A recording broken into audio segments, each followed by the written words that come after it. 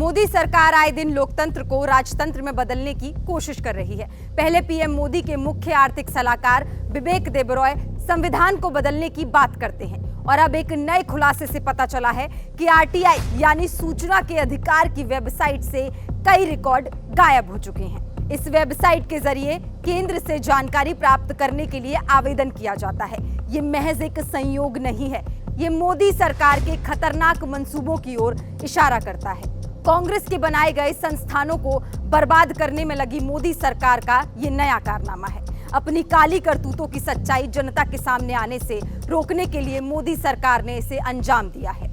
अब अगर सच्चाई सामने आ गई तो अगले साल लोकसभा चुनाव और इस साल के आखिर में राजस्थान, छत्तीसगढ़, मध्य प्रदेश जैसे अहम राज्यों के चुनाव में बीजेपी की हालत खस्ता हो जाएगी। द हिंदू की रिपोर्ट के अनुसार आरटीआई एक्टिविस्ट कोडाली ने कहा कि उनके पिछले आवेदन के सैकड़ों रिकॉर्ड पोर्टल से गायब हो गए हैं। साल 2013 में ये पोर्टल लॉन्च किया गया था, जिसे राष्ट्रीय सूचना विज्ञान केंद्र द्वारा चलाया जाता है।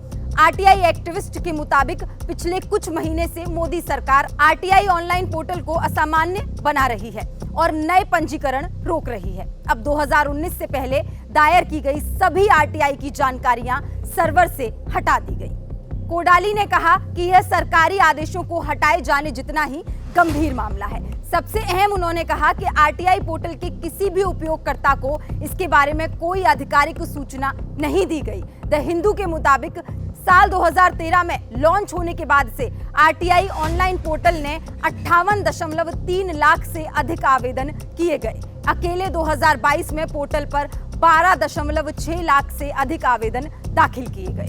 रिपोर्ट में कहा गया कि सूचना का अधिकार अधिनियम 2005 एक ऐतिहासिक कानून है, जिसे एक नागरिक को सार्वजनिक जानकारी मांगने का अधिकार है। लेकिन साल 2014 के बाद से सब बदल गया। मोदी सरकार में आरटीआई से जानकारी प्राप्त करने में अब कठिनाई पैदा की जाने लगी है। पहले जब सरकारें जाने लगती थी तो सरकार से जुड़े अहम विभागों के दफ्तरों में आग लग जाया करती थी। कांग्रेस ने इसका तोड़ निकाला और सारे डेटा को ऑनलाइन कर दिया, जिससे हर नागरिक को जानकारी आसानी से मिल जाए।